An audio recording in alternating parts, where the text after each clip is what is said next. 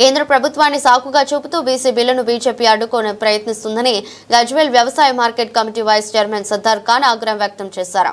గురువారం గజ్వేల్లో ఏర్పాటు చేసిన మీడియా సమావేశంలో మాట్లాడారు. ఇచ్చిన మాటకు కట్టుబడి కాంగ్రెస్ 42% రిజర్వేషన్ అమలు చేసే చర్యలు చేపట్టగా ఆ క్రెడిట్ కాంగ్రెస్ కు దక్కకుండా బీజేపీ బీఆర్ఎస్ పార్టీలు కుట్రలు చేస్తున్నట్లు విమర్శించారు. నాణ్యత లోపంతో కాళేశ్వరం బారాజులు బీటలు రాష్ట్ర ఖజానాను దివాలా తీయించడం, కేసీఆర్ కుటుంబ అవినీతి తదితర అర్థం చేసుకుంటున్న రైతులు బీఆర్ఎస్ పార్టీకి దూరంగా ఉంటున్నట్లు వివరించారు. తెలంగాణ రాష్ట్ర ప్రభుత్వం కాంగ్రెస్ పార్టీ మొదటి నుండి బీసీల గురించి, బడుగు బలహీన వర్గాల అభ్యున్నతి గురించి ఎంతో కృషి చేస్తుంది.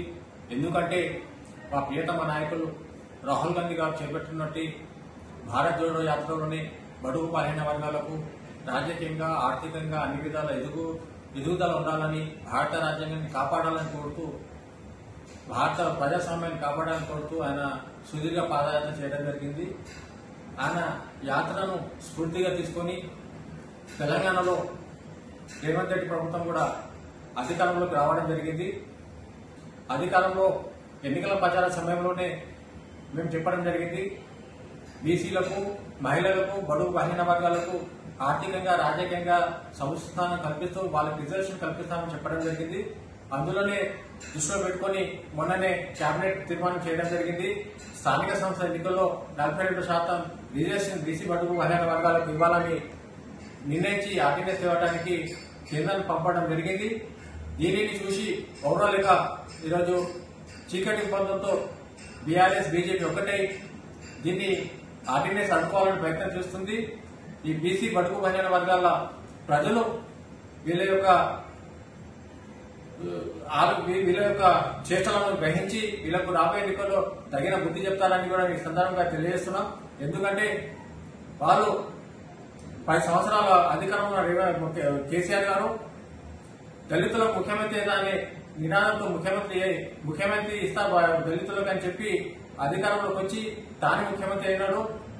ఆనాడు 34% బీసీ రిజర్వేషన్ ఉంటే దాన్ని 24% తగ్గించినప్పుడు ఈ కవిత గారు ఏమాత్రం స్పందించలేదు.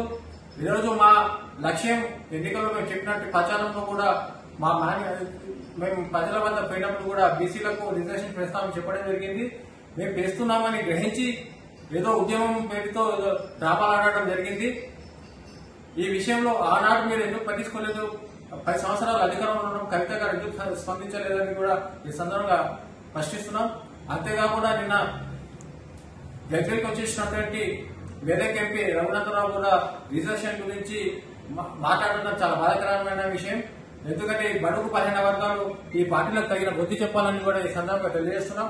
అంతేకాకుండా ఈరోజు కాళేశ్వరం ప్రాజెక్టులో అలా పనిచేసినటువంటి అధికారుల వద్ద వందలాది కోట్ల రూపాయల అవినీతి సొమ్ము బయటకప్పుతుంటే దాన్ని కప్పిపుచ్చుకోవడానికి ఈరోజు హరీష్ రావు, కేటీఆర్, కేసీఆర్ ఆడుతున్న డ్రామాలు ప్రజలకు గమనించి తగిన బుద్ధి చెప్తారని కూడా సందర్భంగా తెలియజేస్తున్నాం.